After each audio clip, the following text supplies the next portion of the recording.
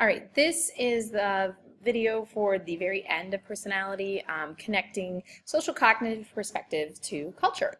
So, culture's impact on personality. So, culture as a whole is kind of a great way to be able to provide this agreed upon ways of doing things. So it doesn't matter if we're talking about communication or playing or eating or driving. Culture is giving us an acceptable way of doing things. So, for example, whether we greet somebody by touching foreheads or we greet somebody by putting our hands together and bowing, it depends upon your culture, right? So your culture makes a difference as far as how you are going to actually go and react to things. So that obviously impacts your personality depending upon what culture you grew up in. Now, there is a big impact on differences between cultures, so there is a huge difference if you want to look at the differences between cultures. For example, from the Maori that go and touch foreheads when they greet each other to some Asian cultures that go and bow when they greet each other. But within those particular cultures, there's not a whole lot of differences. So within the Maori culture, for example. Okay.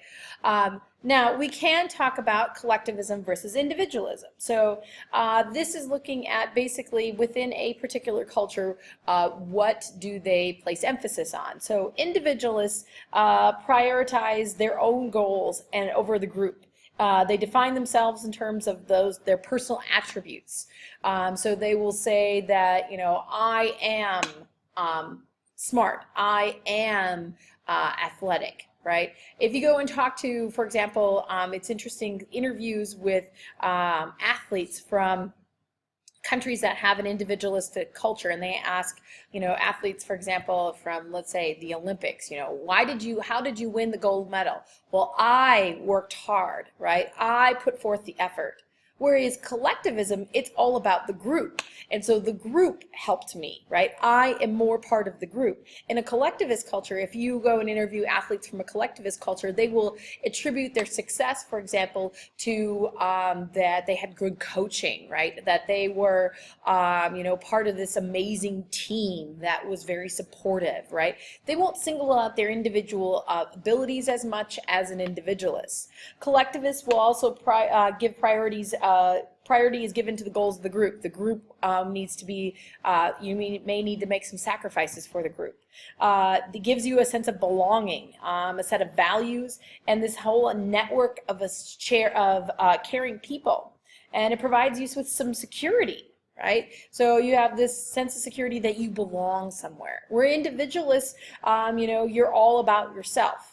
Okay, so obviously, as you can see, that this is definitely going to impact your personality, and if you grow up in an individualist culture versus a collectivist culture. So do you see yourself as this lone island that is struggling among everybody else, or do you see yourself as part of a group that everybody is working hard to improve everyone? Right? So my example of individualism versus collectivism is actually the beginning of the movie Ants. If you've never seen it, it's a cute little cartoon.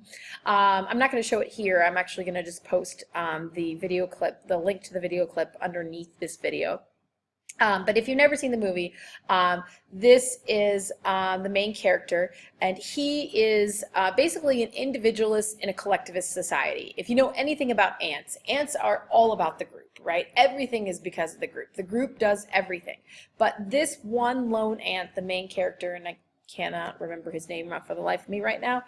The one lone character here, he is our one individualist in this collectivist society, and he is very disappointed because he's like, what if I don't want to do what the group wants? What if I don't agree with it? Okay, so it kind of shows the struggles between individualists versus collectivists, and kind of gives you a picture of how the personality is different in those particular individuals. So I encourage you to take a look at that. But other than that, I'm done. That's it. Let me know if you have any questions.